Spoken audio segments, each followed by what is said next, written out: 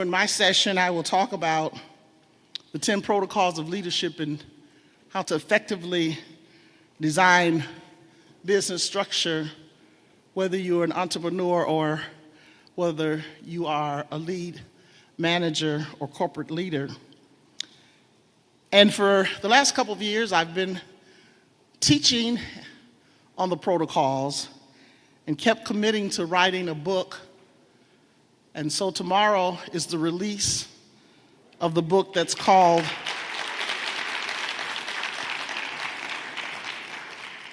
Understanding How to Execute the Strategy, a 10-step protocol for business success, a business strategy publication.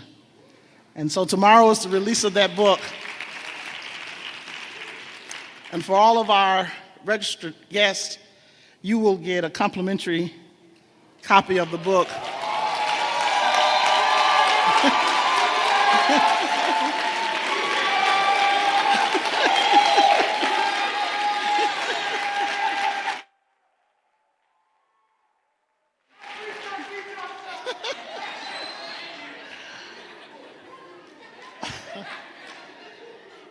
But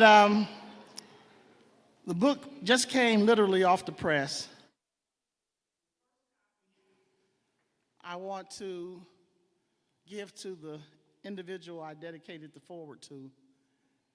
And I think he's in the room somewhere. If you will allow me to just read this because it's from my heart. When I reflect on the many things that I have accomplished over time, I can easily delineate what I believe to be critical keys to my business success. The first and most important key to my success is God. He is the reason why I exist. He has given me the ability and capacity to do the things that I do.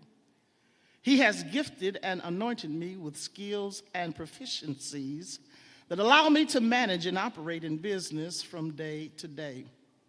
God has seeded wisdom and knowledge within the tentacles of my being, and for this I am thankful. Secondly, I would not enjoy success in business if it were not for my family and the close friends. To have a loving, strong, and supportive familial base, individuals who understand the value and importance of destiny, those who challenge you to execute at the highest degree possible. This is invaluable. I appreciate my family, those present, as well as those that have been promoted to glory. They, along with my close friends, have served as a foundational rock for me. For this, I am thankful. Next, I must acknowledge my V&J family, and I'm going to ask my V&J family to stand because they will be the ones that will get the second round of books.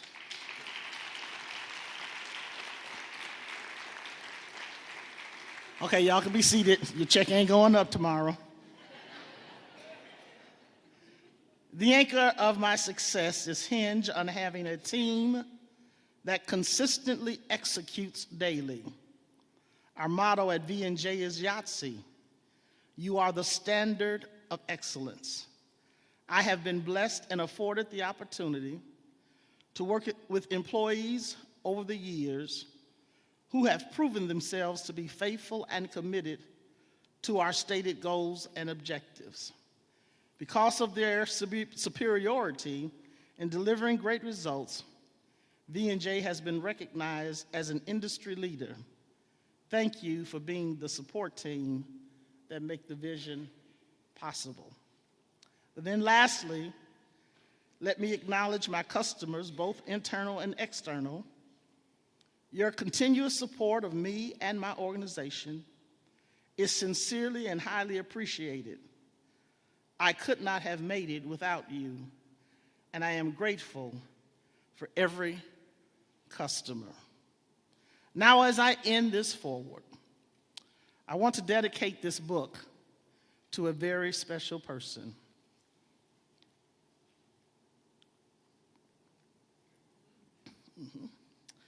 I dedicate it to my business partner and my only living sibling, my brother, Attorney John Daniels.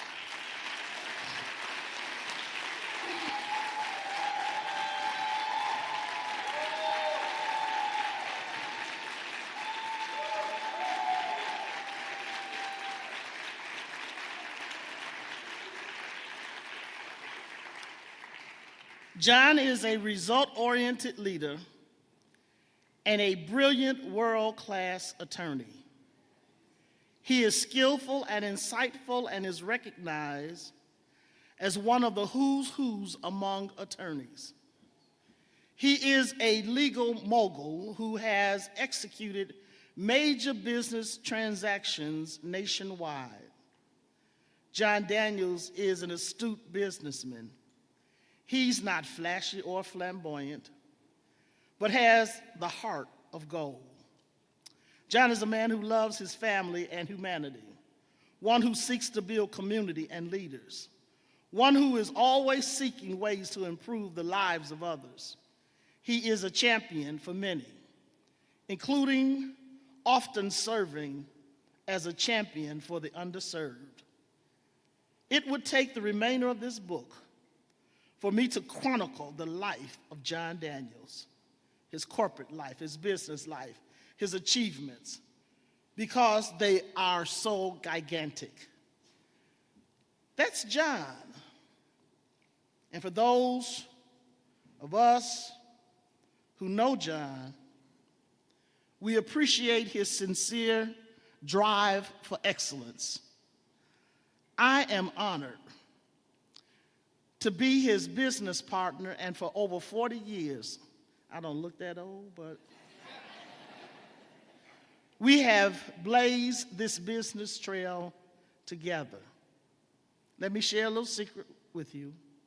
The reason why I glean so is because John is like an oil press machine that pushes, and somebody can say amen to this, that pushes and presses you until the true intrinsic value is released.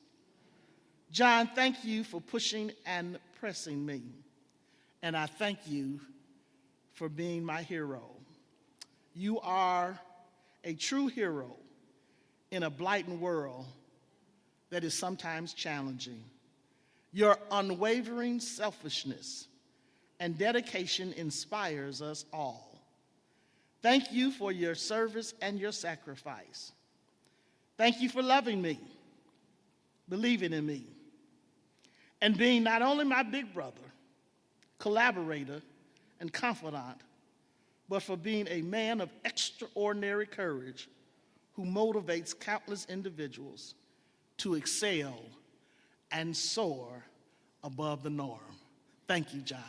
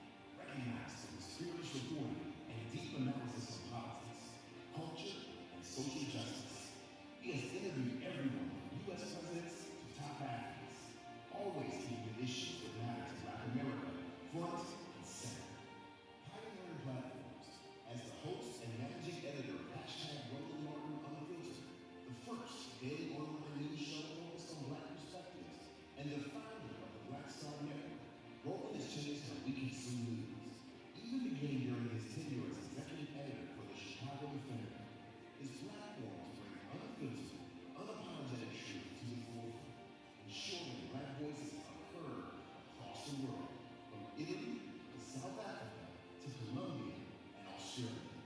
Award-winning excellence with over 40 years of journalistic excellence, including the 2013 NABJ Journalist of the Year, 4 NAACP Image Awards, and induction as a fellow of the Society of Professional Journalists.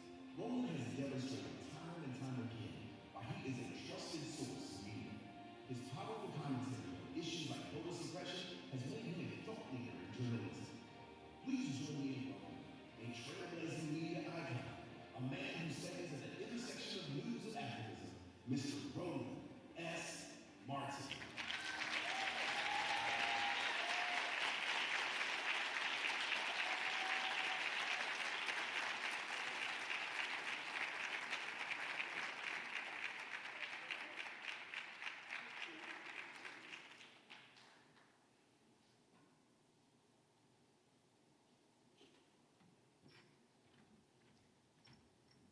All right, so how we doing? What you got, like some PowerPoints or something like that? Let me put this down here. There will not be any PowerPoints. Just letting you know right now. That's how we roll. So we good? How's it been going so far? Oh, okay, just checking. Just checking to make sure, also make sure everybody awake. Glad to be here. It is crazy times. Busy times. Luckily, I remember what city we're in because the name was on the building. We've been in like 4 cities a week for the past month because of this election. And so Milwaukee yesterday, Mobile, Alabama tomorrow. Then we either hit Detroit Saturday, Sunday, Monday, or Atlanta, or they might have us in both. So we'll see what happens. And so we've been in North Carolina, Pennsylvania, Dallas, Jacksonville. Where the hell else we've been? We've been all kinds of different places. So it's been unbelievable traveling this country, talking to folks on a variety of issues, business owners, young folks as well with this election. So how many folks have already voted? All right, that's good. How many people have yet to vote? All right, who's not gonna vote? That's wise. I was about to throw you the hell out the room. You about to get kicked out the room, and you wasn't gonna get your money back. I'm just letting you know. So just checking. So glad to see folks are engaged. So I appreciate the invite and being here because it's a different conversation when you talk to and about entrepreneurs. Because it takes a different person. There are a lot of folk, the reality is most folk are used to signing the back of the check as opposed to the front of the check because it requires a lot more when you get to sign the back of the check, when in front of the check, because sometimes you might have to be the one who sweeping and picking stuff up. I actually had a brother who stopped me. We were somewhere, and he said, I can't believe, he's like, you're carrying the tripod? I was like, yeah. I said, why would I pay somebody just to carry this when I can carry it? And he literally didn't understand. He didn't understand in terms of what we do. So I had to walk him through, and I could tell he didn't own anything. Because I had to explain to him, I said, well, if I flew somebody here, then I got to pay them a day rate, then I got to pay the travel and the per diem and the hotel room to do something that I can actually sit up in 15 minutes in my hotel room. So I'm confused. Why would I do that? And I said, you don't own anything, do you? He's like, no. I was like, I thought so. So I had to give him an understanding of basic economics when you're in entrepreneurship. So it was quite an interesting conversation. So, well, let's get started with this here. Do me a favor. Turn to your neighbor to your left and look them in the eye and ask them this question. No, I ain't gave you the question yet. Don't repeat, turn to your neighbor. Y'all repeating that part. No. I ain't even gave you the question. Turn to your neighbor, look them in the eye, and ask them this question: are you a purpose-driven entrepreneur? All right, then look to your other side, because some of y'all don't know your left or your right. So look to your other side and ask them the question: are you a purpose-driven entrepreneur? Last one, just look behind you or the next table and say, I need to know, are you a purpose-driven entrepreneur?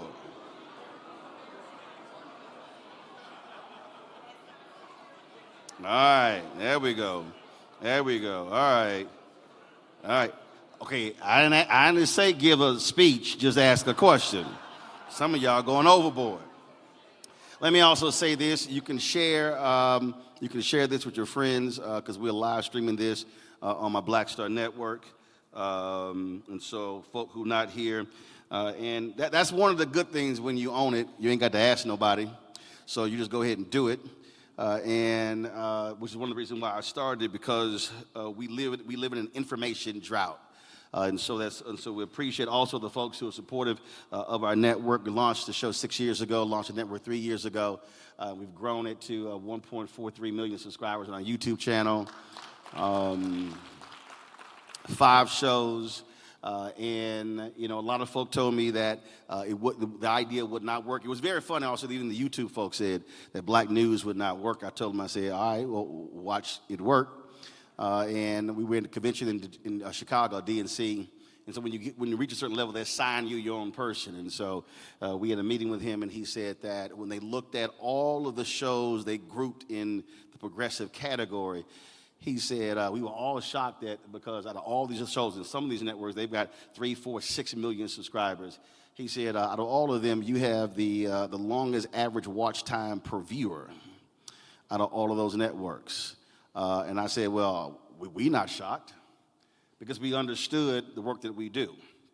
And that leads me to what I want to talk about, because there are a lot of folk who desire to be entrepreneurs because they want to be rich.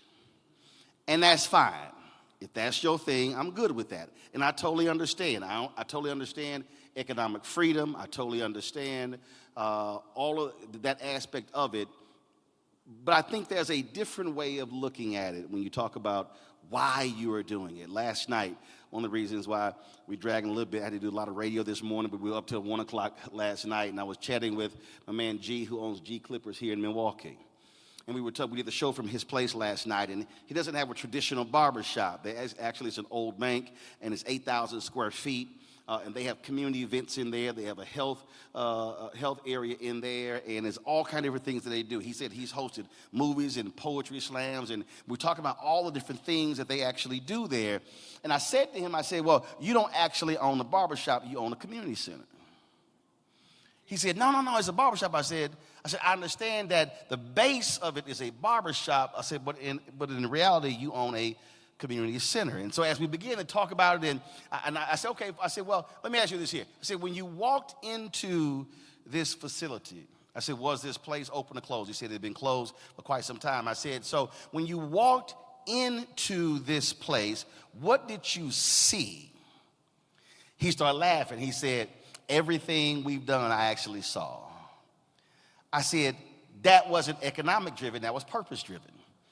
And so as we were talking, he began to talk about how black barbershops back in the day, in terms of the role that they played, in terms of all things that actually happened, they were more than just cutting hair.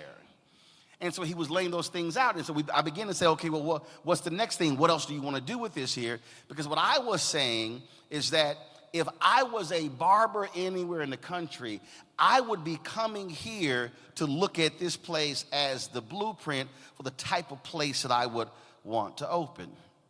I said, because a lot of entrepreneurs, a lot of barbers they say, look, I just need me a 2,000 square foot place and I could put 5 to 7 chairs in it. I said, as opposed to, wait a minute, you have this 8,000 square foot place and you're doing more than just cutting hair. You're doing all these other community events. And then what then happens is, because he was talking about how all of these politicians, all of these folks who run for president, who became president, all the people who come through his shop when they're campaigning in Milwaukee, campaigning in Wisconsin. And I said that if I was a barber, I would be looking at this in a different way as opposed to just cutting hair. And so as he was talking about why he did it and how he wanted to do it and what it meant. And he was really talking about being a purpose-driven entrepreneur. That it wasn't just about how many heads I can get in here and cut. It really was, how do I create this place that serves as a communal purpose that is much bigger than just cutting hair. And the reason that's important because if you actually went around and calculated how many barber shops there are in Milwaukee, you can only name one, as he described it, that has been on all of the major networks. Because if they did not do what they did, they did not have that space, then the networks would not be calling him. He would not be on Good Morning America, on CBS, on NBC, and all these places, because it would not be the place that it actually became. So when he walks in, he sees it, he has a vision for it, and the vision went beyond just cutting hair. It was about creating a space and a place for folk to be able to meet and gather. And that's why I said, no, that's not a barbershop, that's literally a community center. He said, we've done everything here but have a wedding. And I said, you're probably gonna have one of those one day because somebody's gonna pay you to do it. And so I say that because I think for many folk, they start businesses with the wrong intention. Because if your whole focus is to make as much money as you can, and again, that's fine, there's going to come a point when you're doing that where you're not necessarily feeling it. Because that's actually not what wakes you up. It's what is the purpose, what is that you're doing? And so as we were talking last night, we began to talk about, because I've had people come to me in the last 6 years, and they're like, man, you really should do a raise. You should raise money. You should be able to, all these different things you want to do. And I said, no. And he said, well, why'd you say no? I said no because when I look at the media landscape and I look at what has happened in this country, and then I look at how certain things have happened, I said, do I want to be in a situation where I'm establishing a valuation at a certain number, and then now my whole focus every day is not on the work that I do, on the mission that I am involved in, it's actually trying to meet a valuation that somebody else established, and now I'm constantly chasing that.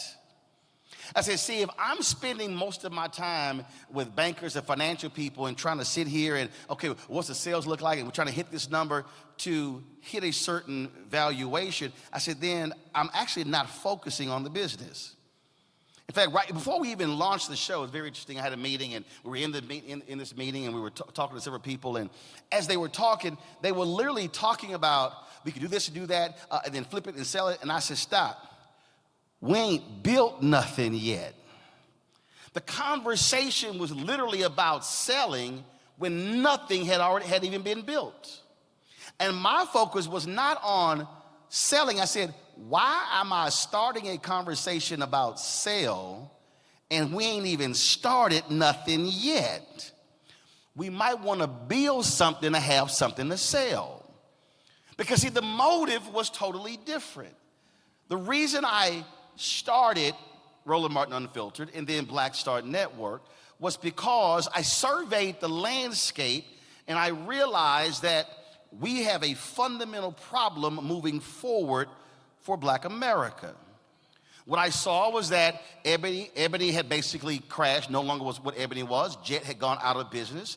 Then I began to look at Black radio, I began to look at network television, began to look at magazines. And then I began to realize, and I said, wait a minute. I said, we are in a situation where in the next 10, 20, 30 years, we're gonna be asking somebody else to tell our story that don't know us, they have no cultural competence. And I said, that's gonna be a problem.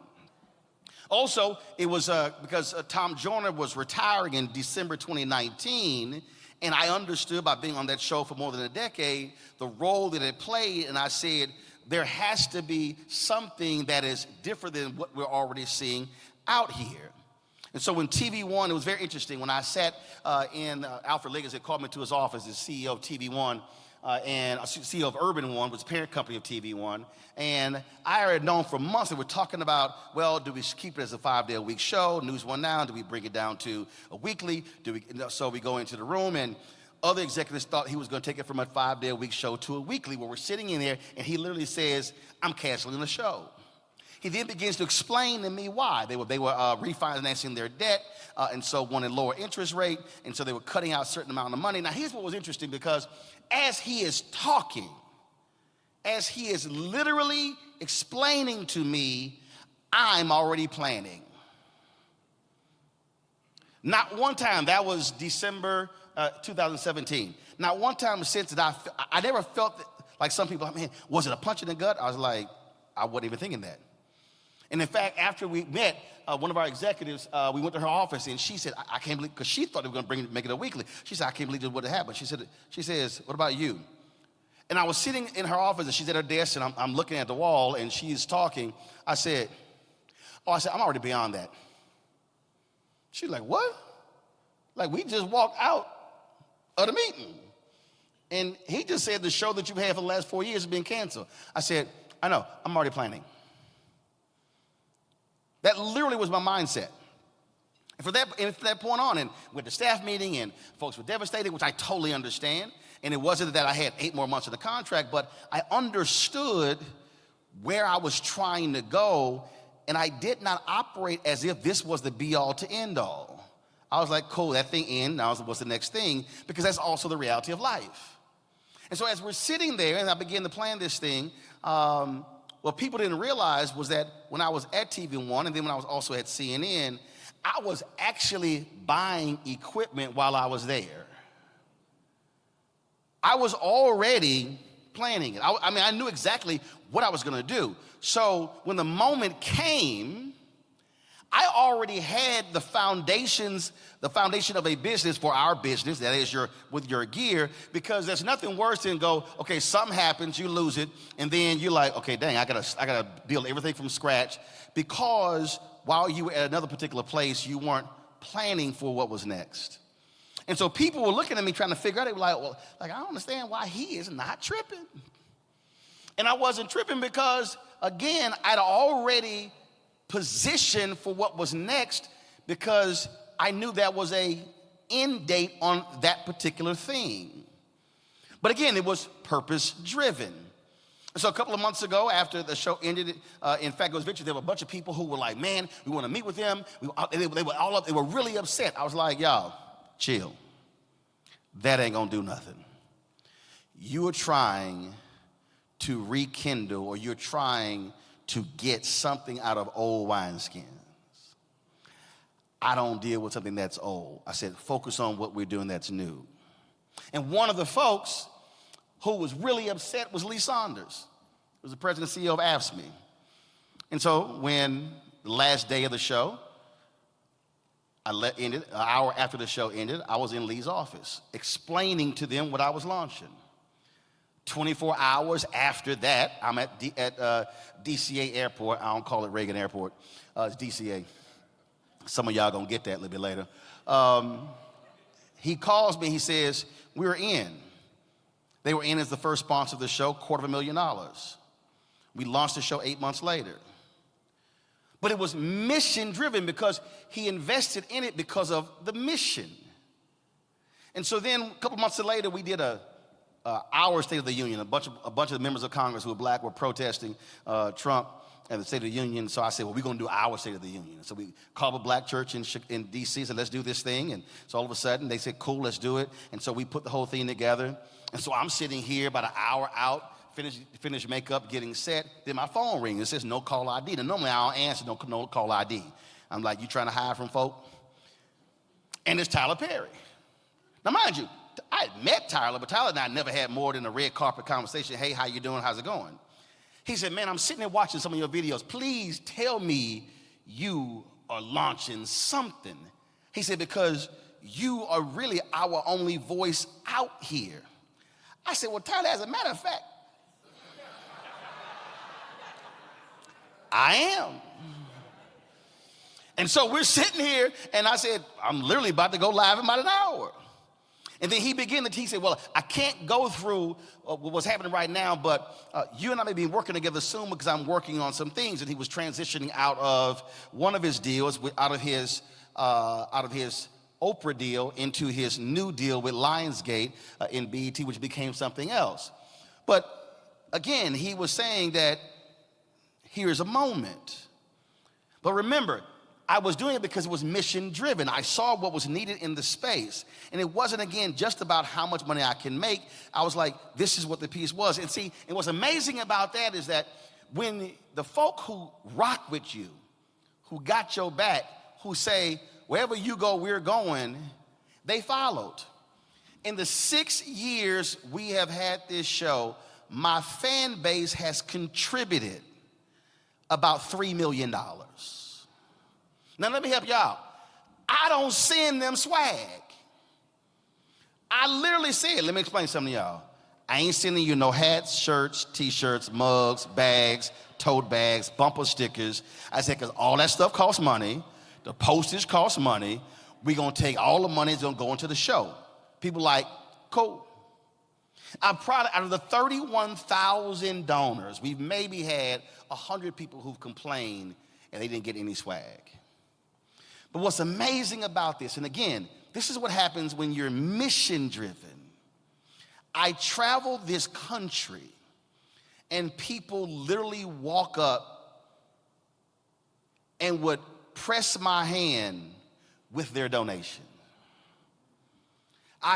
We were in Chicago broadcasting. We finished the show and we were on this patio, and this brother, I see him park, and he parks and he walks across the street and he walks up. He said, I wanted to make sure I put my donation in your hand. And I said, well, what's your name so I can put it? Because every Friday we run all the names of the donors. It used to be a short list. Now it takes about 9.5 minutes because we run all the names. He said, no, I'm good. I don't need my name mentioned. And then walked away, got back in his car and left. That happens all around the country. I had a woman in Atlanta airport. She said, she was an older sister. She said, baby, all I got is this $1, but I'm giving you. I said, no. She said, no, I need to give you this $1 because I need you to understand that what you are doing for our people matters, and I want to make sure that I'm contributing. The first check we got was from a 92-year-old sister in Long Island, New York. She said, I watched the show on TV One. I was devastated when it ended. She said, now my daughter follows you on Facebook because you play golf and she played golf, and she told me about this thing you started. So your voice matters. She said, so I've enclosed a $500 check. You don't get folk. I got 3 people who have tithed every month for 6 years. Every month, one woman sends $50, another woman sends $100. Cheryl sends $50, Lisa sends $100. Every month. That doesn't happen if it's not mission driven. And so the reason I wanted to open with that question, because when you think about great business folks and entrepreneurs, and I want y'all, we're going to think about it right now. If you think about amazing entrepreneurs, do any of you know what their net worth was when they died? No. Because you don't think about what their net worth was or is. You remember what they did. Folk ain't remembering what your net worth is, but they are remembering what you created. They are remembering what you built. They're remembering what it actually did for people. And that has to be the state of mind, I believe, for any entrepreneur in any area. Are you a mission-driven entrepreneur? Are you doing something to help people that can make their lives better, that can improve their lives? Or are you in this thing solely for a check? Because I dare to say, if it's only for a check, you will not have the satisfaction that you actually are seeking. And if we have more mission-driven entrepreneurs, I also believe we will have more businesses that are growing and building in a different way, because it's serving a different purpose. Because there's nothing more powerful to me when I travel this country, and not just for the folk who make donations, but I'm talking about for people who literally say, when a brother, I'm at MGM in National Harbor, and I'm about to leave, and so I'm about to quote here, so some of y'all a little scared with language, just pray, it's all good. So I'm just walking out, and the brother's like, yo, Roland Martin, I fucks with you. And I was like, okay, like, we're in a casino. Shh. He like really loud. He's like, no, you could ask my girl. And I was like, okay, all right. Like, we could. He's like, no, you don't understand. Then he goes, If anybody fucks with you, I got you. Y'all, it's a true story. I'm not lying. So I go, bro, I appreciate that. He goes, no, you don't understand what I'm talking about. So my man reaches down. I was like, oh, hell no. He is not about to show me. He pulls his shirt up, and all I see is scar tissue. So his chest had been cracked from the top of from here to his belly button. He went, anybody fucks with you, I got you. I was like, noted. Now some of y'all might be like, that's crazy. But I need you to understand where he was coming from. The number of people who have been in prison who have said, bruh, I got through prison watching you. A brother stopped me, he said he had a wife beat on, gold teeth in his mouth, a pick in his hair. He's like, yo, you that news dude? I said, yeah. He said, you got mad respect on the yard. Now mind you, I was leaving my dentist's office. We're not far from Howard. He was not talking about Howard. He was talking about the prison yard. Why was it so important to start it? Ron Lester, I had him on Tom Joyner, he called me up. He told me, he said, man, the guy driving me said when they were in prison and the prison took TV1 off the cable, he said they acted a fool for a week to put it back on. He said, because they were watching your show. So when TV1 cancels the show, the brothers were not trying to watch more repeats of the Jeffersons. They were trying to be fed. So when you understand what your purpose is, and when you understand how to walk in your purpose, then you begin to understand that this thing ain't just about you. What you are doing is impacting somebody else's life. And when I have, again, prisoners, when I've had young folk, when I've had a sister said that, man, when you on Tom Joyner, if I got to school, woman said if I got to school too early, my daughter will make me go around the block one more time before your segment is over.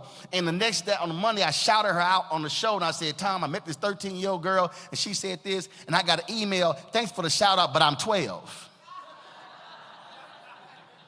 And so when you begin to understand when you're an entrepreneur and you build something and you realize how it's impacting somebody's life, how your product is making somebody's life different, a mother or a father or a son or a daughter, then you begin to understand that there's no amount of money that can actually satisfy your soul when somebody shares with you what you are doing means to them and their family. And so when a sister hits me up and she says, man, I love your show, but I can't watch your show. I was like, well, why? She said, because my mama was dying in the last 6 months. She said, when she was in pain, I would climb into the hospital bed and we would watch your show together. And she said, so it's hard for me to turn your show on without start crying and thinking about my mama. When you begin to hear a sister come up to me and she said, she gave me a blanket in Birmingham, Alabama. She said, I'm homeschooled and my mama watches your show and I need you to know for the last 5 years, you've been my history teacher. It ain't about the money from advertising or for political campaigns. It means that what we do every single day when we wake up and when we're covering things and talking to people, we understand that we are literally changing somebody's life. We're altering somebody's life. When somebody tells me, man, I was thinking about doing this one thing, but after watching that, my mind was changed. And the brother said, I went to college because of what you were talking about. When somebody says, I ran for office and now I've won, I'm a city council member, because you explaining politics, then you begin to understand that when they said the show is over and God said, it's all good, I got something else for you, that's mission driven. And so the lesson for every single one of us leaving here, whether you're black or white or Latino or Asian or Native American, man, woman, gay, straight, doesn't matter, you should be asking yourself, leaving here, what's the mark that I want to leave? Do I want to have a business that when it's no longer here or I'm no longer here, nobody will miss it? Because even though there are folk who are sitting in this room and you may have a business and you may do things, the reality is some of us will leave here and will leave invisible footprints and invisible fingerprints. But how are you impacting somebody's life? How are you changing somebody's life? When they ended that TV One show, our makeup artist, she says, Roland, thank you. She said, I gotta thank you. I said, well, why? She said, because one, you fought to make sure black people got hired. Now let me explain that. In the business that we are in, you will rarely see black folk in the makeup room, even trying to do makeup for black people. You will see few black hairstylists. You will see few black photographers. And so I said, listen, I want everybody to participate, but I can't be in a business in a black-owned network and we don't actually pay black people. And I need somebody who understands black skin. So she said, I gotta thank you. I said, well, why? She said, because of this job. I said, okay. She says, I need you to know that because of this job, I bought my first house. She said, I became a homeowner because you advocated to say, no, she got to get hired. But here's what's amazing. Because of creating the opportunity, this same sister, by doing the makeup on our show and all the entertainers and other people coming through, well, they'll be like, well, Sharon, you do a good job. I got a concert. So she was picking up outside opportunities by virtue of being on the show. And by her doing the makeup for all those folk, then when Biden made an historic appointment, they called her to do Ketanji Brown Jackson's makeup when she was going through her confirmation hearings. And then after she was confirmed to the Supreme Court, when Vogue magazine had Ketanji Brown Jackson in this spread in Vogue magazine, Sharon's name is right there because she did the makeup for Justice Ketanji Brown Jackson. So if the opportunity is not created, she can't get hired. If she can't get hired, she can't get other clients. If she can't get other clients, she doesn't do the makeup for the first black female Supreme Court justice in United States history. So if it's not mission driven, that doesn't happen.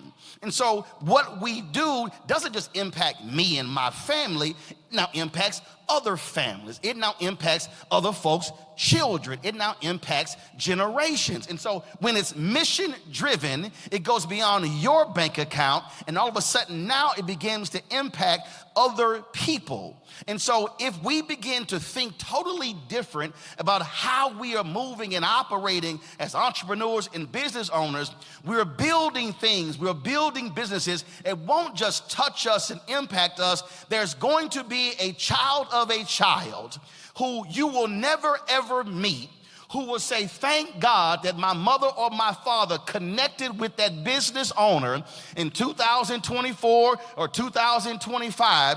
And what you do today, providing opportunities, will make it possible for somebody to be able to go to college, for somebody to be able to start their business, for somebody to be able to buy their own home or buy their first home. I need you to understand that this thing is not just about you and your pocketbook and how you feel. You, if you are mission driven, can literally change the bloodlines of people who are flowing through your business, and you may then be creating another entrepreneur, another business owner who will do the exact same thing because they'll be modeling your behavior. I'll close with this.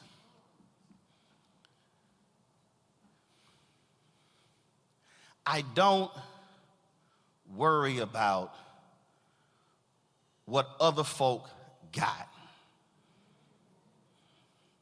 I've got fraternity brothers who I've ridden on private planes with. I remember One of them was the agent for Cam Newton. We had an ice storm on the East Coast. He said, listen, I'm going to the game. You want to fly with me? Okay, sure. So I fly to Carolina with him for the game.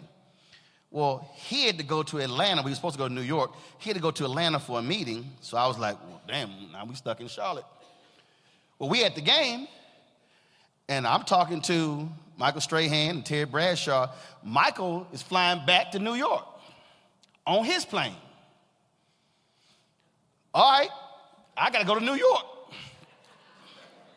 So I fly to Charlotte on LaMel's plane, and I flew to New York on Michael's plane.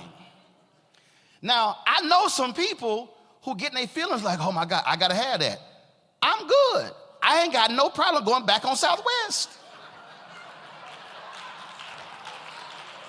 I'm not tripping on what somebody else got.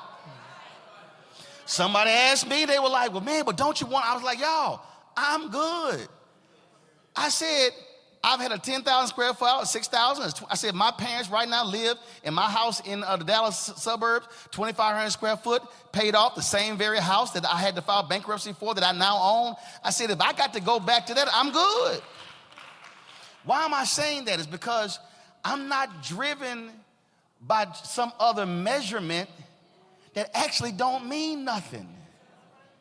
It literally means nothing. Having the financial flexibility and freedom to do what I do is great. Having no debt in my business is great because I can make decisions that otherwise I cannot do. But what I'm not doing every day is fixating on trying to hit some asset that I can't take with me. And so what I do every day is, how can we make somebody's life better? How can we change somebody's life? How can we improve somebody's life? How can we provide them with information that matters? Every Tuesday on our show on Marketplace, I feature Black-owned businesses that otherwise could not even get the attention. And we've had businesses on the show that have come on the show and Rock Deep Global, they've sold 20,000 worth of shoes in 24 hours. And a black shampoo company sold out all of their stock in 48 hours. And we've had a sister who makes pots, and we got a sister who owns a dog company, all different businesses. And somebody said to me, they said, man, but you giving folk free advertising. Why are you not charging them for this? I said, well, because that's not why I created it. I said, now, it's on them if they decide to invest back. That's not on me. I said, I created the platform and the opportunity for them to be able to do what they do. When that is your motive, when that drives you, then you are able to look back in that very moment that everybody has to face. What did I do with the opportunity and the platform that God created for me? What did I do with it? Who did I impact? How did I help them? Who did I assist? If it's all about being selfish in you, well, God bless you. But I can guarantee you, when that day comes and the folks say, do y'all remember so-and-so? Do you remember the place they had? And do you remember when we didn't have this and they helped and they provided and this and that? See, those stories are the ones that folk will be talking about years and years and decades. They will not be talking about what your personal net worth is. They will be talking about what your self-worth was.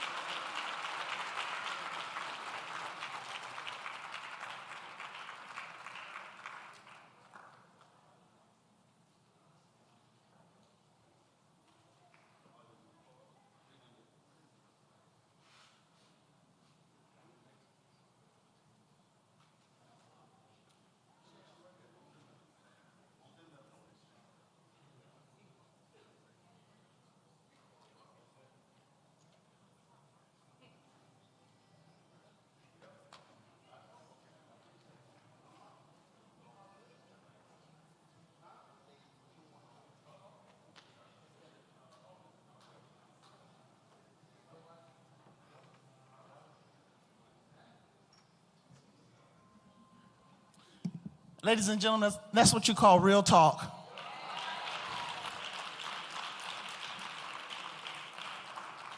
There's not but one Roland Martin, and we are grateful and we appreciate what he has done worldwide for so many people. And he's never changed. He continues to remain the same. Can we celebrate one more time? The one and only.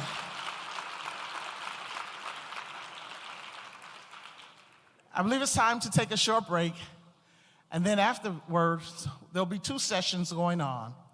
One for educators in the Juno room across the hallway, and then the I'm sorry. Oh, we're gonna go on. Thank you. You know, she's really the boss. They just put me up here. Can we do the video presentation? Okay, thank you. Dr. Shepard. And I want to tell you something about Dr. Shepard right before his video. This man is phenomenal. I mean, literally. Well, I'm not going to say anything. I'm going to let him speak for himself. But I tell you, I love Dr. Shepard. As you look at your personal checklist of self-care, where does assessing your mental health rank? Our emotional health can either be a driver or determinant to our productivity, effectiveness, and influence. Recognizing the opportunity to improve ourselves holistically is a distinct step for leaders who want sustainable success. If you struggle with finding balance, answering internal curiosities around gaining your peace, and identifying ways to avoid your fire turning into burnout, lean in and listen close to the voice of an expert whose career is a pursuit to improve the well-being and mental health outcomes of children and adults by providing evidence-based, culturally responsive, and trauma-informed care. Dr. Shepard is board certified and studied at the University of Illinois at Chicago Medical School. He also attended the Johns Hopkins Child and Adolescent Psychiatry Fellowship and was recognized as a fellow of the American Psychiatric Association in 2020 and distinguished fellow by the American Academy of Child and Adolescent Psychiatry in 2019. In February of 2023, Dr. Shepard was inducted into the American College of Psychiatrists, a prestigious honor bestowed by his fellow psychiatric colleagues. In a world where leaders are seeking valuable support in vulnerable spaces, Dr. Shepard is known for his ability to connect by developing treatment plans that honor a patient's background and personal experiences and will have the greatest impact on mental health. Strategies he will offer are those of insightful design made for your well-being. He also works as the Chief Clinical Officer for the Department of Behavioral Health for the entire District of Columbia, responsible for the development, management, and oversight of public behavioral health for adults, children, and their families. Dr. Shepard serves on numerous boards and participates in several organizations that impact and shape the programs for the mental well-being of persons in diverse settings and various communities. He also serves as the president of the board of directors of the Black Mental Health Alliance, a nonprofit organization that advocates for the mental health needs of the African American community. Get ready to hear from an industry leader, a consensus change agent in the field of psychiatry with a heart for all. Let's welcome Dr. Jonathan Shepard.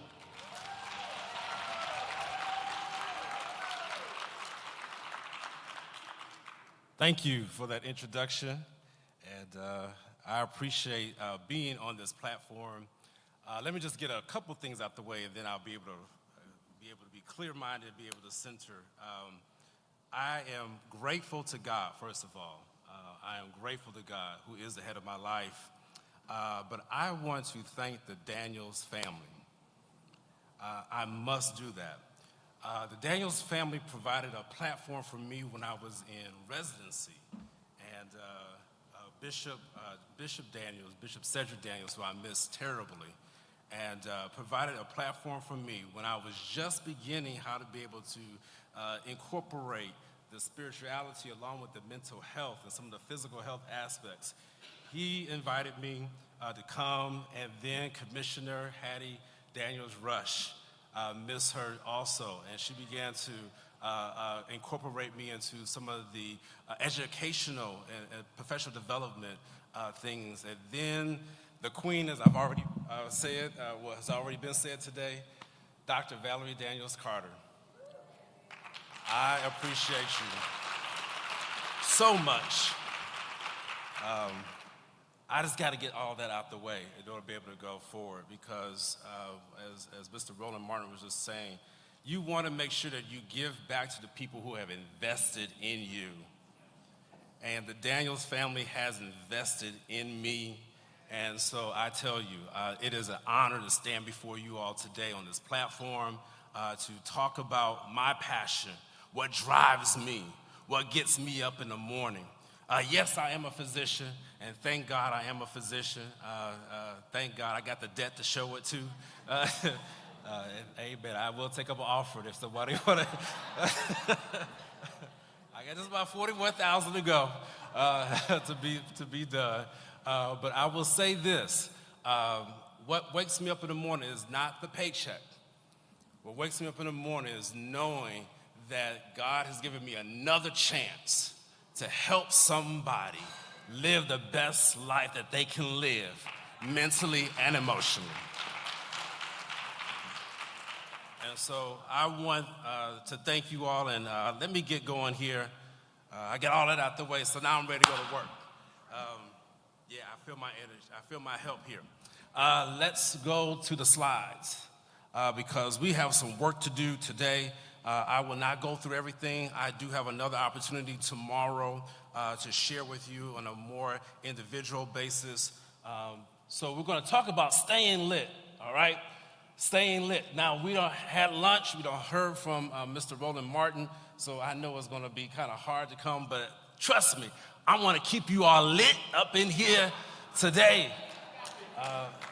Staying lit, and we're going to learn how to navigate corporate fatigue and emotional stress successfully.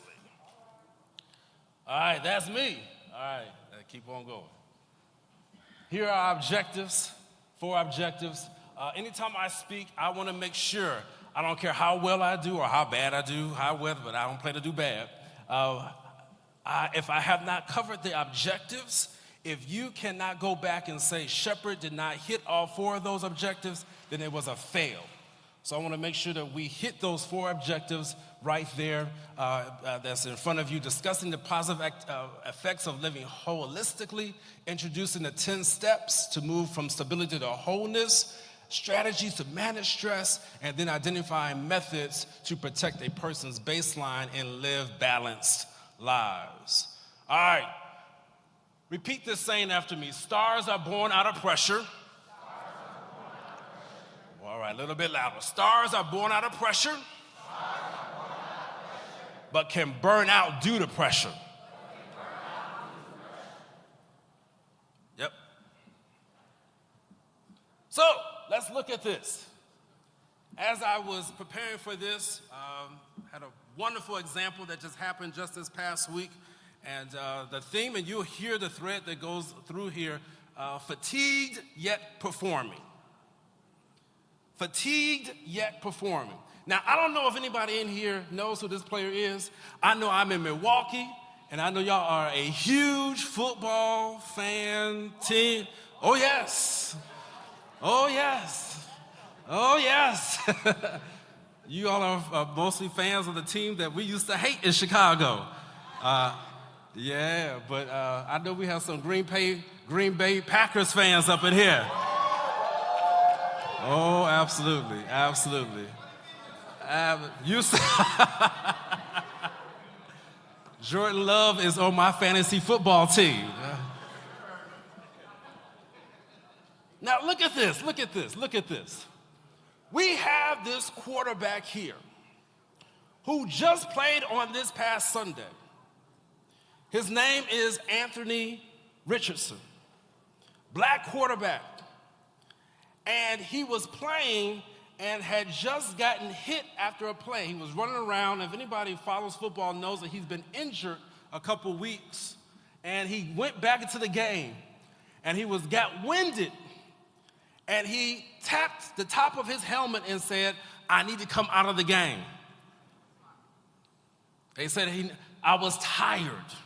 So you go look at you can follow it up. It's been huge in the sports world the last 2 days, last 3 days.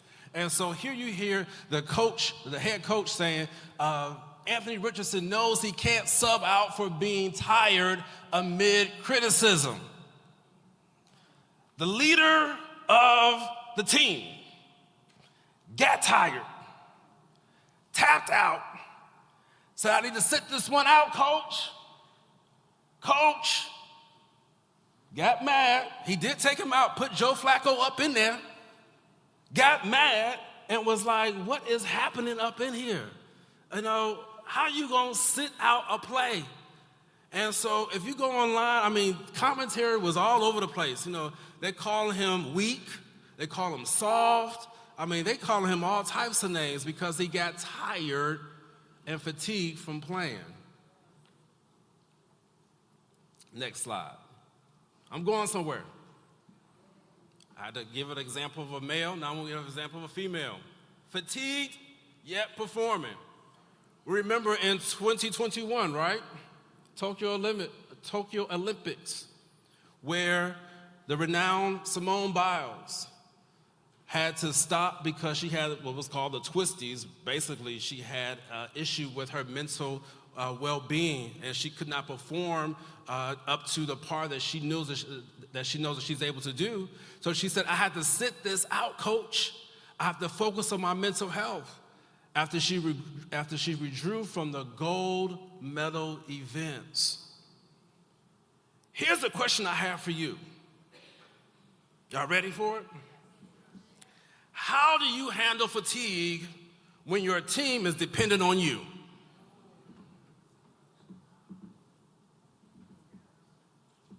That's the question. That's the thought-provoking question. I really want to lay my groundwork for what I want to talk about during these next 40-some minutes or whatnot.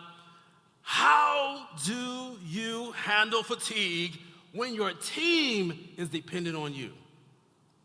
I want you to close your eyes right now, just visually. And just close your eyes. For me, it's visual. I'm looking at you. And I want you to, if you can see me, that means your eyes not closed. I know what I'm saying. Close your eyes. I know what I'm saying. Close your eyes. And think about the most recent issue or trouble or crisis you just had, where you got fatigued. I'm talking to leaders, right? I'm talking to entrepreneurs. It shouldn't take long for most of us.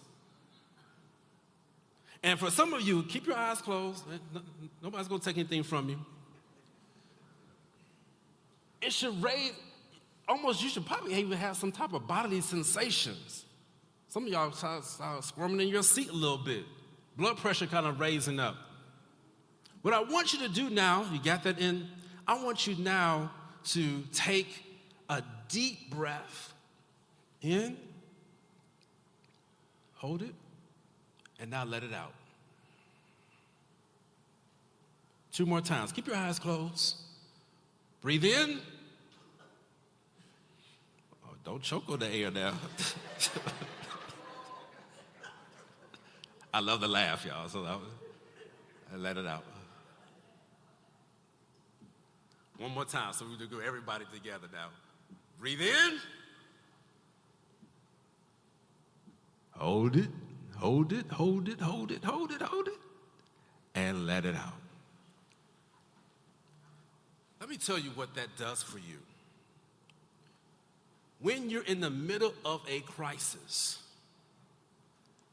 you have just learned how to reset your body so you do not respond in a way that you will end up making a poor decision because you have not sat and breathed and thought about what is happening around you. What am I saying? Most decisions, most haphazard decisions that people will make is within the first 90 seconds of what that thing has happened in your life. We took just about, close to about a minute. Take that time. I know you mad at your child for coming in at 5 o'clock in the morning. I know you mad because the person went above your head when they were supposed to come to you first in your corporation to ask for some more money. I know you mad, pastors, that they didn't come and tell you something was going to happen beforehand, and you ready to, just let it all. Take some time to breathe and to reset. God gave us our respiratory system that really helps to reset our minds just that easily. All right? I wanted just to show that to you. All right? And you can do that even when you're fatigued. All right, I know where I'm at. Say with me, we are human beings. Did y'all go to sleep on me? I need to hear you. Some of y'all done got real rested. Say with me, we are human beings, not human doings. We are human beings, not human doings. I was just reading in the Word this morning in meditation in Psalm 8, I believe it was. That's why my journal, I believe it's Psalm 8. Yeah, Psalm 8, verse 3 and 34. It talks about how God is mindful of us as human beings. That God loves us, like he is that concerned about you as a human being, not about what you do, but about who you are. Isn't that powerful? That God is concerned about who I am and not what I do. I want you to be concerned. Just look at, and I know Roland had you looking at your neighbor. I'm going to do the same thing. Look at your neighbor and just say, hey, neighbor, God's concerned about you and not about what you do.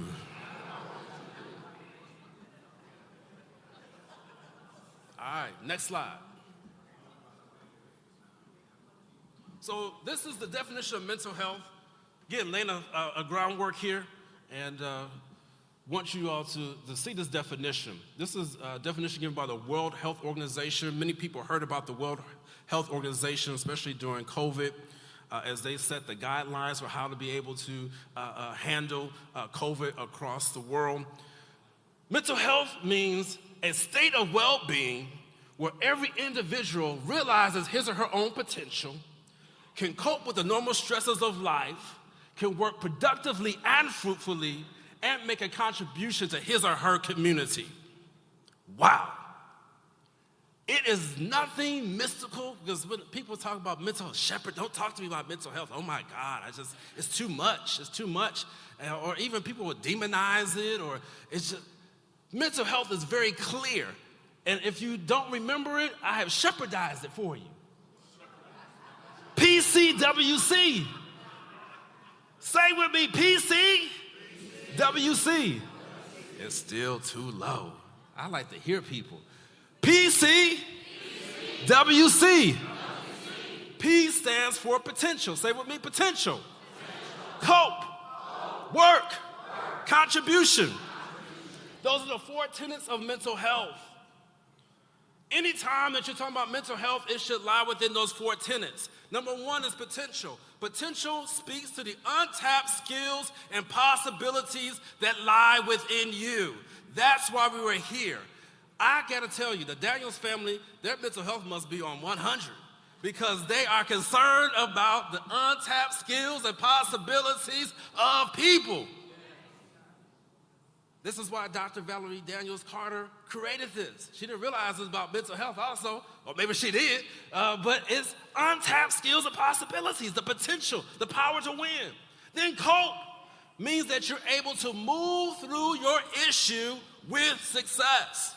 Say with me, with success.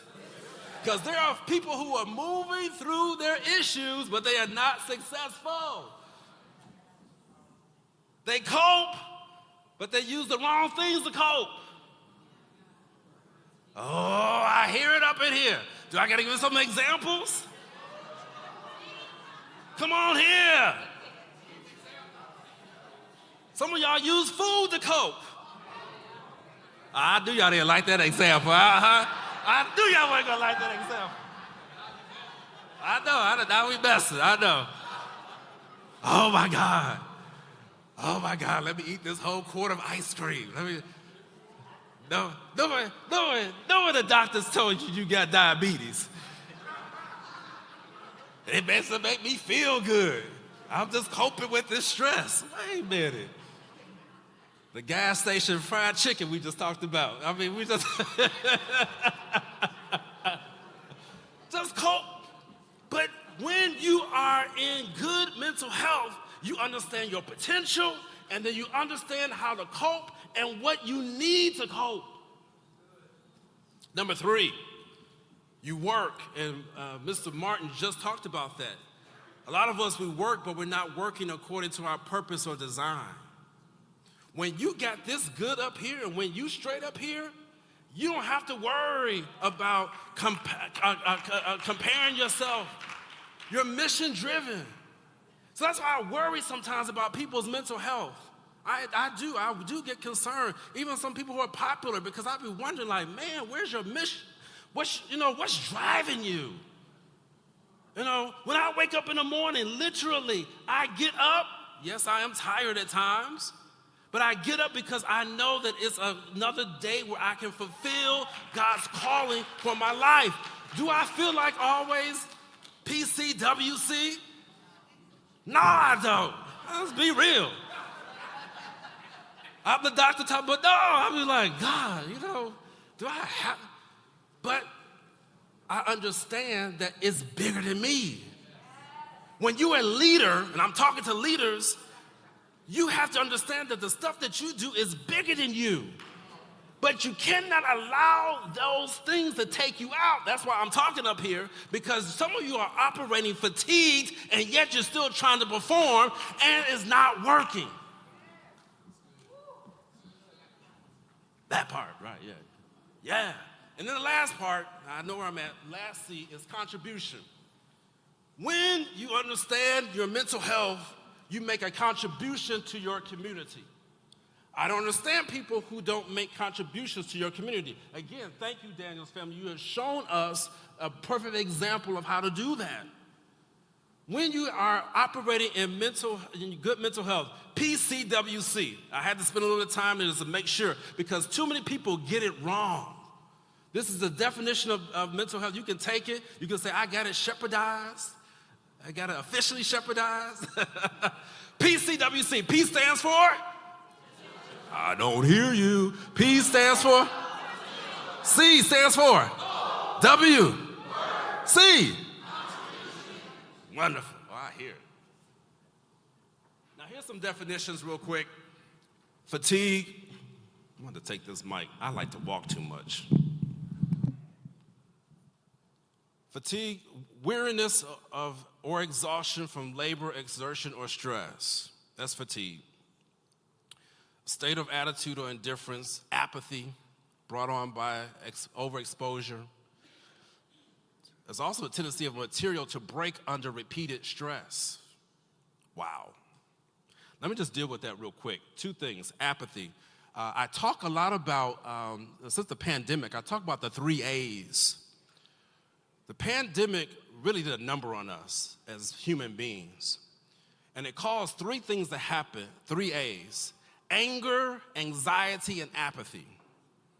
You will see it all over in your companies, wherever people are angry. It don't take, cut somebody off. See what happened. I had somebody follow me. I'm on my way to church, trying to serve the Lord. Trying to serve the Lord. I'm driving at 70 on a Sunday. And I was driving to 70, and they say I'm driving too slow. Literally followed me for 2 miles. I don't know what they plan to do. I ain't got none. I mean, but literally followed me because I was driving too slow. Anxious. People are so anxious. If somebody starts sneezing up in here, I guarantee you half the room gonna leave. Lord, I came to exhale and got COVID, Lord. Because it's all in our minds. We're so anxious. We are. Oh, I know, yes. People are very anxious. And then the last one is apathy. What does that mean? That means people don't care as much. or don't care at all. People just, they've lost all sense of, very indifferent. Oh, I could go. I don't have to go to work. I've never seen so many people where people don't want to go to work. I ain't talking about telework. I'm talking just don't want to go to work. Yeah, interviews and people just don't, I ain't going to the interview. I'm here waiting for you to show up. We made it convenient for you on Teams or Zoom. Don't even show up. Just indifferent. I don't know if you've experienced that, leaders, entrepreneurs. Yeah, there's 3 A's. And then what happens is when people are so fatigued, they begin to break under the pressure. And I'm very concerned about people and how they break under the pressure right now, because they don't take that much now. People used to be able to take stuff. They can't take nothing now. You say something, huh? Oh yeah. This is what we're dealing with as leaders. This is what I'm seeing in my office. This is what I'm seeing on a consistent basis. Let's go to those next definitions there. Stress. Stress is something, is a state of worry or mental tension caused by a difficult situation. All right, everybody gonna have stress. Say with me, everybody. Say with me, everybody. Gonna have stress. We don't live stress-free lives. All right? Your body wasn't even designed that way. Physiologically, you have different, what we call neurotransmitters in your body to handle the stress. If a lion walked in this room, you would not go over there to pet it. Oh my God, that's a wonderful creature that God created. No, I guarantee you, fight or flight will, it ain't about Daniel the lion's den and all this. Y'all deep folk, you better get up out of here. I'm gone. I'm gonna create a door if I have to get. Yeah, folks, stress is real. And we as human beings will have stress. And then last one is burnout. Say with me, I cannot. I need you to say a little bit louder. Avoid burnout. Wow. I'm going to say it one more time. I cannot avoid burnout. Why is that? Because some people, some of y'all are struggling with that. I know you are. I know you're struggling with it because I had to struggle with it myself and said, well, Shepherd, that's not what they asked for. They said they want prevention of burnout. And then I had to get a good dose of reality and say, wait a minute, I'm a human being. Human beings get burned out. And so I'm going to talk about how to determine whether or not you burned out or not. But it's just like grief. You cannot avoid grief. The only way to avoid grief is not love someone. Hear me clearly on that. The only way you avoid grief is you decide not to love. That's the only way. If you're going to love someone, you're going to grieve. So don't tell me to get over something. Don't get over grief. You don't get over grief. You manage grief. I learned this lesson when my 7-year-old nephew died after a 6-day illness in 2020. One of the most devastating things that I would ever experience in my life. And I had to preside over the service. And so we're looking at 1,100 people, and I'm grieving and had to, I didn't deliver the eulogy, but I'm presiding over the service to keep the service lively. And I'm hurting. And the Lord really had to minister to me and said, Shepherd, you don't get over grief. You learn how to manage grief to where it doesn't take over your life. And that it's because you loved him. So it's the same thing with burnout. If you're a human being, you're going to get to the point to where you are physically tired. I don't know anybody here supernatural beings. Are you? Please show me. Oh, she's going to raise her hand. I mean, you got all white. I don't know.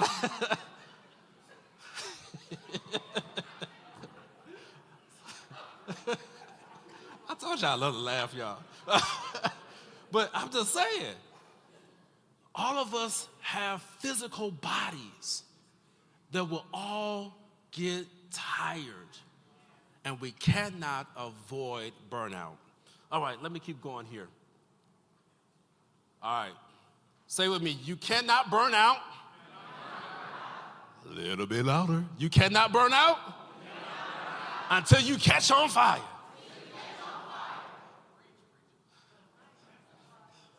Now, if I was in the holiness church, you sing that. I wish somebody's soul would catch on fire.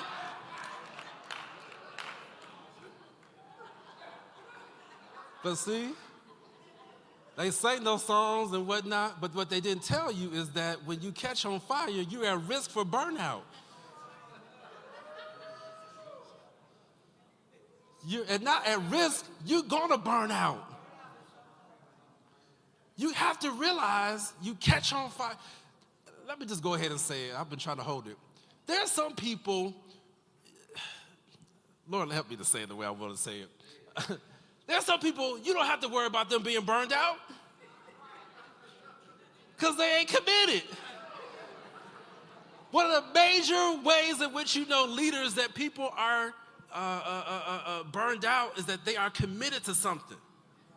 But if they're not committed, if you can't get them to come to work consistently, oh, I'm tired. Wait a minute, you can't be tired. You only been to work 1 day out of 5 days. No, I'm serious. People are using this term burnout and they're using it wrong. In order to be burnt out, you have to be committed. That is a prerequisite. Say with me, prerequisite. Absolutely. Let's move forward. So here's burnout explained, all right? Burnout explained. Here's a definition of it, all right? Burnout occurs when passionate, committed people become deeply disillusioned with a job or career from which they have previously derived much of their identity and meaning, all right? So as you see, I underlined there, passionate, committed. So the first requirement for being burned out is passionate and committed, all right? Does that make sense? So what's the first criteria? Oh, see, are y'all with me? One more time. What's the first criteria? That's right. And then the second one is being deeply disillusioned. What does that mean? That means that as you are working in whatever field it is, whatever career it is, you get to a point to where your view gets off. How you see things get skewed. So that means that, I don't think I have enough time to do a demonstration today. Maybe I'll do it tomorrow. I have a demonstration where I literally have people put on my eyeglasses and they walk a certain length of the line, and I have them walking towards something. And what I have them walking toward is I say a promise or whatever it may be. But what I realize is that when they put my glasses on, they can never walk straight to get to where their destination is. Why they can't do that is because, it's not because they haven't the strength to do it, it's because their vision is off. When you get fatigued, such as Simone Biles, such as Anthony Richardson, such as yourself, you have to take time to make sure that you're not making some crucial decisions during that time. Because many times your vision is off, is skewed. Sometimes I wonder, Shepherd, why did you make, I was tired. How many of y'all eating something? And you know you're not supposed to eat it. I love saying about food. I love food, that's why. And you knew you weren't supposed to eat it, but because y'all was tired, you weren't thinking, and that's bam. Oh man, I gotta start that diet over again. Man, I gotta do this. You have to be careful of what you do when you're burnt out, when you're fatigued, because your vision will get skewed. Does that make sense? So it comes when things come at you and will strip away your enthusiasm. So I'm leaving here charged. I've had some wonderful conversations already. I've been challenged. I've been told you behind because you should have written your book by now. Oh, Jesus, I've been convicted. I've been just all that, right up here at this table, right? But it's challenged me. But when all these different things keep stripping away at your enthusiasm, it leaves you fatigued. Now, I'll do one more illustration, I'm gonna move forward. Say with me, flames versus fumes. Flames catch on fire, right? If you know anything about a pilot light in a stove, what happens when it goes out? Fumes. That's exactly what happens when you are burnt out. The flame has gone out, but people still smell you.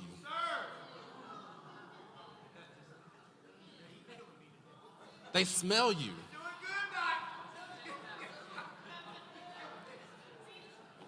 And fumes are toxic.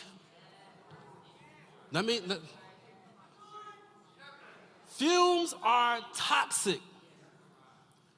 When you are burnt out and don't realize that your flame has gone out and you're running on fumes, you become toxic in the environment that you operate and work in. Leaders, hear me clearly. You must recognize when it's time to sit down so that you don't become toxic to the people that you work with.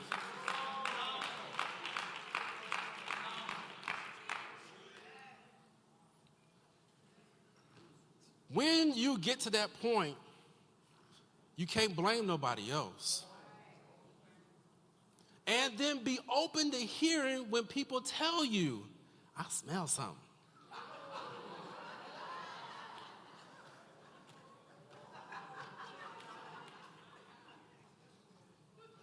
Just add a little humor, make y'all, so y'all remember. I smell something. And and it's just like, yeah. Smell like gas. Yeah. And so you want to be careful that you don't get to that point. The thing I love about fumes, though, fumes know how to catch back on fire real quickly. So don't sit here, well, he's talking negative. No, you can be a fume, but the thing I love about fumes is they are combustible. And they know how to catch back on fire real quickly, but they have to be relit. That's why this conference is so important, because thank you, Lord. Now, I'm not in church. I just felt the Holy Ghost. But I'm being relit, y'all. And I hope you are too. I want you to catch back on fire. All right, let's move forward. I don't have no time to spend there. All right. I know, right? Visual. I love visual. I'm a visual person. A picture tells 1,000 words, so I don't have to really even say too much more, right? Just ask, is that you? All right, I won't even have you turn to your neighbor and say, is that you up there? Next slide. Here's some of the symptoms of burnout, and I will have my slides available for you. You all can read those things. But these are some of the signs and symptoms of burnout, and you will find yourself in some of these things at some point in your life. Say with me, I cannot avoid burnout. And some of y'all really don't want to say it, because some of y'all really believe that you can. I'm not sure how. The same God created me, and I got to take a break. Even Jesus, when he lived on earth, I know it's not a church, but he did walk and take some time. These CEOs, let me tell you, they don't be up in there working 52 weeks. No, I know they don't, because I work with them. We taking time off, to go replenish, regenerate ourselves. So these are some of the things. Let me just mention a couple, one or two, and I'll keep on moving. Cynicism, anger, irritability. You wonder why certain people always got something to say, and just negative. Like, man, can they get off my team? Can you just fire them. Just, man, go. But they be right back there the next day.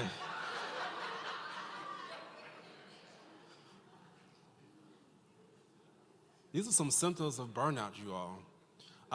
Lower immunity, falling sick more often. You'll find yourself catching colds. You'll find yourself being sick more often when you are burned out. So that's why you have to take care of your physical body. It's absolutely. Let me tell you another one that's on here. It's not on the slide like I want it to be, but the inability to say no. People who have the inability to say no normally are burned out because you have a hard time deciphering when to say yes or no. So you just say yes to everything, and you find yourself overwhelmed, being burnt out. So inability to say no. Next slide. So these are the stages, the 12 stages of burnout, and I'll go through some of them. I know I'm up against Dr. Valerie Daniels Carter tomorrow. So I know where y'all will be, but just in case y'all want to come back, tomorrow we can talk a little bit more and dive into this a little bit more. But these are the 12 stages of burnout. This is so important to catch a hold of because there are stages of it. You just don't lapse into it one day. You normally build up to it, all right? And that's why number 1 is so important, the compulsion to prove oneself.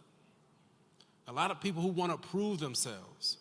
And since we're talking about the marketplace, and many times people want to prove themselves because they've been disappointed in other areas. They've been disappointed at home. They've been disappointed in other places where they could not achieve. So the 12 stages of burnout are right there. Let me keep moving here. There's a couple of just references to some scriptures in the Bible, since I know we have a mixed crowd here, and I just wanted to make sure that you know that even you can find in the Word about people who are fatigued but yet performing. And let me say this, I want to say this out loud. The number 1 enemy to Christian transformation is exhaustion. I'm going to say that again, and then I have the data to prove it. The number 1 enemy to Christian transformation, that's people living out what God has called for them to do, is exhaustion. David is a perfect example of that. I'll just bring up one of those examples when in chapter 30 of 1 Samuel, when he got back and found out that the Amalekites had gone and taken all his stuff, the women, the children, and everything was gone. And his men, there was 600 of them, and they was ready to kill him. It's like, we don't need you. We do it bad by ourselves. Like, how you gonna let the enemy come and take all of our stuff? And they were gonna kill David because they were exhausted from fighting. They were so emotional that they didn't realize what they were about to do. They were about to kill the man who had protected them all that time in the wilderness just because they had lost everything and they were ready to kill him dead. Isn't that something? And the last thing about that, continuing on down, thankfully they had enough sense not to kill the man, Lord Jesus. And then David got the word and the promise that to go and pursue them. He's going to recover it all. And, if you're in church, folks they be going to town on that one. They be shouting everything. I don't shout off that one, I'll be honest with you. Because I know the rest of the story. The rest of the story, to me, is even more powerful because when they got to a place called Brook Besor, and I've been teaching on this a lot, when they got to a place called Brook Besor, it's a destination where 200 of the 600 had to fall out because they were tired. This is the question. I realize my time is running out here. How do you handle fatigue when the people are looking for you to lead out into a crisis? They got to the brook and they couldn't fight no more. God gave a promise. So God didn't lie. They had no more fight in them. Can you sit out after God gave you a promise? Oh, it's so quiet up in here. That's why you had 400 other men.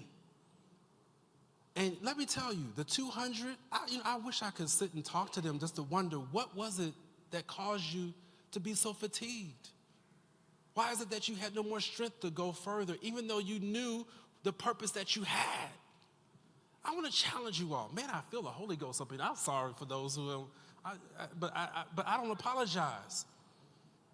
There's some people up in here right now, you're hearing me under the sound of my voice. And you've been wondering, God, why is it that I can't accomplish the victory that I know that you gave to me? Is it because you need to go somewhere and sit yourself down? I'm not Roland Martin, all right? Make sure you're all up in here.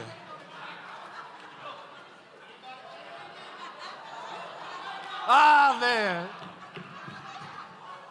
I love you, brother. I love you, brother. I know. I ain't about to come.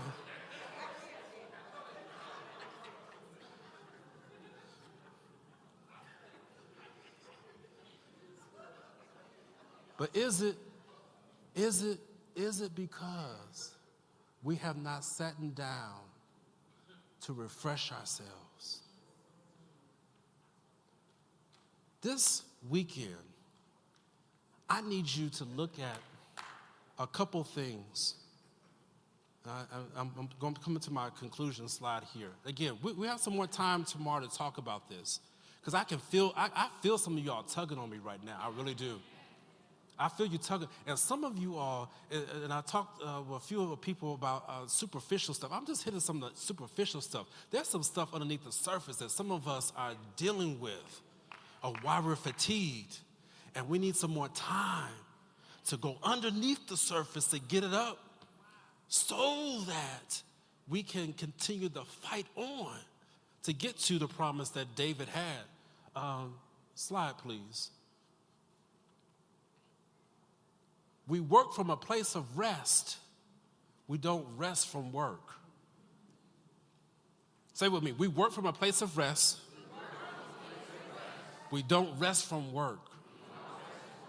How many of us can truly say that? And then Mark 2:27 backs that up. This is where I'll spend my last couple moments. I need you to look at this list here. There's 10 things. I need you to pick 2 of those 10 things to begin to work on for the rest of this year. Just 2. Say with me, 2. I need you to pick 2. Thank you. She's going to repeat everything I say. That's the supernatural over there now. 2 other 10 things on here to reset mentally. Because I really feel, I'm feeling this tug from the people in here that this is what's needed. And these are some practical steps to get you back to be able to reset mentally, so that when you're going through your time of burnout or fatigue, this is what helps restore you back. RIG, rest in God time, prayer and meditation. When I give these lectures now, Dr. Carter, I'm at medical schools, medical institutions. I don't change that, number 1. No, I'm very clear about that. I let the people know, prayer and meditation.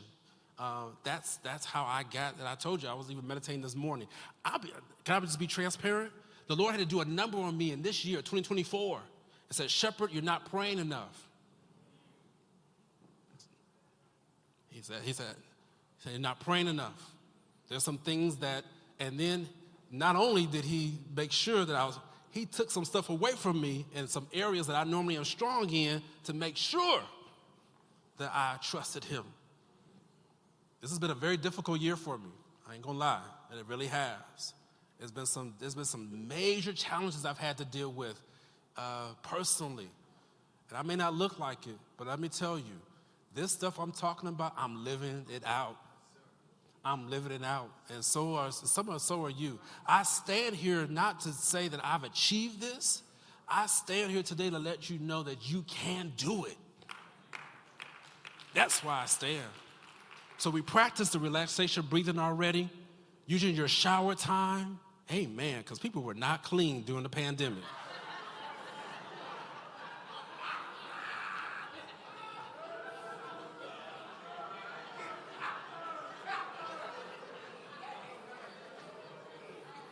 I'm just saying, it's just, so you use your shower time. God really speaks to me in the shower. He really does. A lot of ideas that I get, and again, the Holy Spirit represents water, and so we have to know that using your shower time and washing is a very personal time with God. Exercise, amen. That's not a 4-letter word. That's not a bad word. Exercise, physically move. Proper sleep schedule. Go to bed. Sleep. Some people don't want to sleep. I don't know what that's about. I always got to work. No, go to bed. Eat healthy as often as you can. Thank you for the wonderful lunch today. Stay socially connected. Most of us don't have a problem with that one. Practice kindness. Get things done and take a break from the news. Not Mr. Roland Martin's news. All right. I'm trying to make it up. Trying to make it up. But we do. Many of us, we watch too much news. And we stay into that office gossip. Come on now. The church gossip.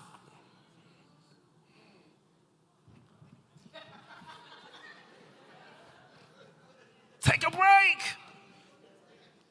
They should know that you know everything. If they calling you, come on, there's something wrong with that. Now they was running to your death. You talking about, I'll be the light of the world. No, you not. You sharing too much. Take a break from the news. Can we commit to 2 of those 10 things? Just for this year. 2. And do a better job. And watch, if you commit to 2, you will see improvements in your life. I guarantee you. You can call me up if you don't, but I don't expect no calls on that one. I guarantee you will. Let me just share this with you.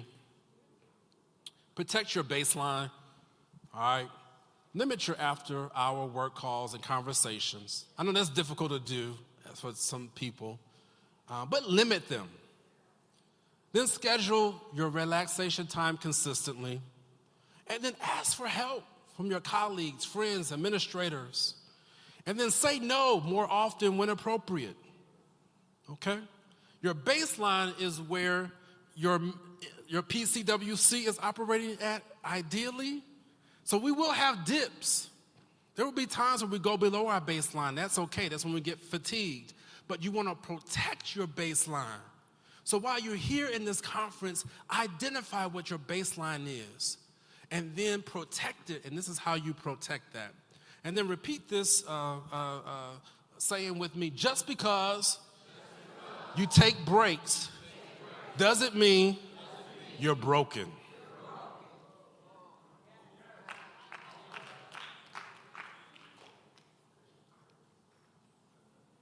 Doesn't mean you're broken. You gotta take breaks. You gotta steal away. You gotta cut off communication. Too many of us are already sensitized to a phone. I mean, if my phone started ringing, everybody be looking at their phone, and it's my phone. It's true, I've seen it. We're so sensitized to that. Take a break from your phone, turn your phone off. You're not that important, come on now. So take breaks, doesn't mean you're broken. All right, I have this slide here. I love my family. My parents were supposed to come here today, but they're preparing for convocation in Memphis. We went on a family cruise in 2022, and this plant was in my house. I forgot to water it before I left. So that's what it looked like when I got back home. I neglected to hold this. I was like, man, is it dead? Somebody said, you should throw it out. It looked dead, don't it? But guess what? And also notice, and the Lord gave me this revelation this morning as I was studying, it's in the same place, same amount of light, same position, hasn't changed. Only thing that changed is I just added some water to it. Some of you all want to, and I hear the Lord on this one. Some of y'all want to jump ship because you feel like you're dying. And God has always said, nah, baby, nah, son. You just need to be watered. Stay where you're at.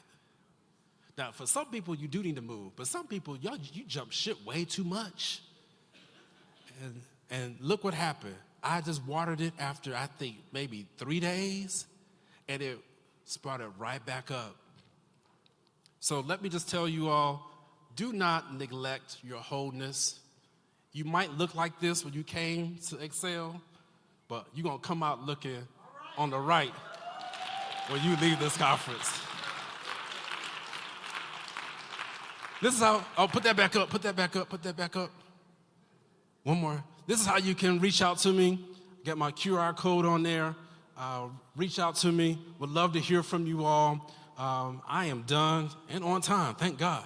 And want to make sure that you visit my website, and that way you can stay in contact with me. I got a lot of good things going on.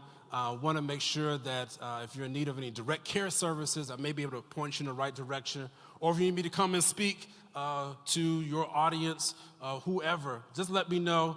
We'll see what we can do. I appreciate you all. Thank you all for this time today. And I don't think we have any time for questions, but I am done. Thank you.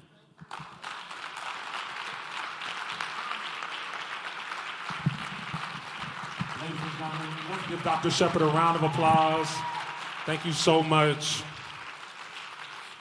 Please enjoy the next 15-minute break. If you can, please join the next 15-minute break. We'll be right back in this room at 3:15. 3:15 to start our next session. 3:15, our next and last session at 3:15. Educators, 3:15 in the Juno room. Educators, 3:15 in the Juno room.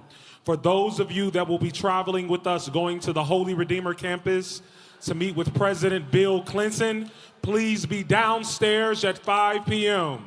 Downstairs at 5 p.m. as we travel to the Holy Redeemer campus to meet with President Bill Clinton.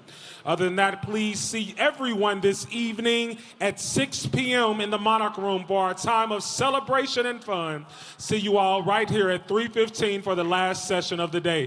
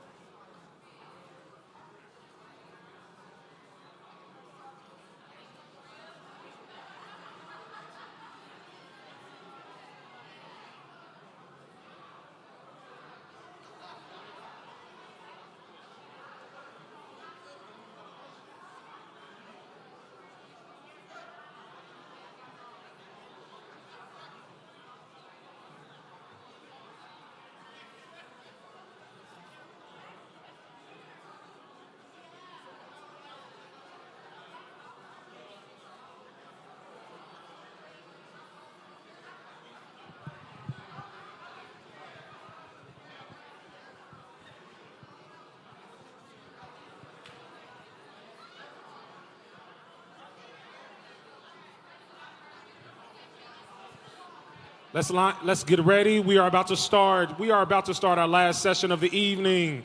Let's line up right back. We're ready to start. We're ready to start. Hope you've all been soaring with us.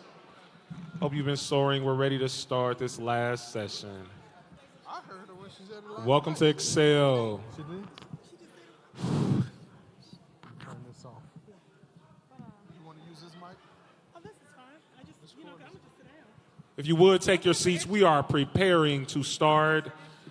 Look at your neighbor and say, let's take a seat and start Excel. One more to go. One more to go. One more to go. You just left on.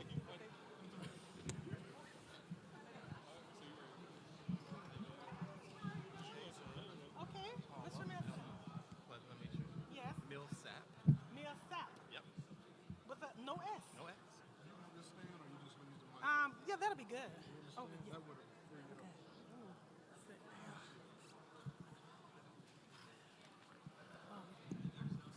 It'll pick you up. That way Okay, you can and just you can pull it back just a little bit. I know she's messing me. Hey, she is absolutely messing with me.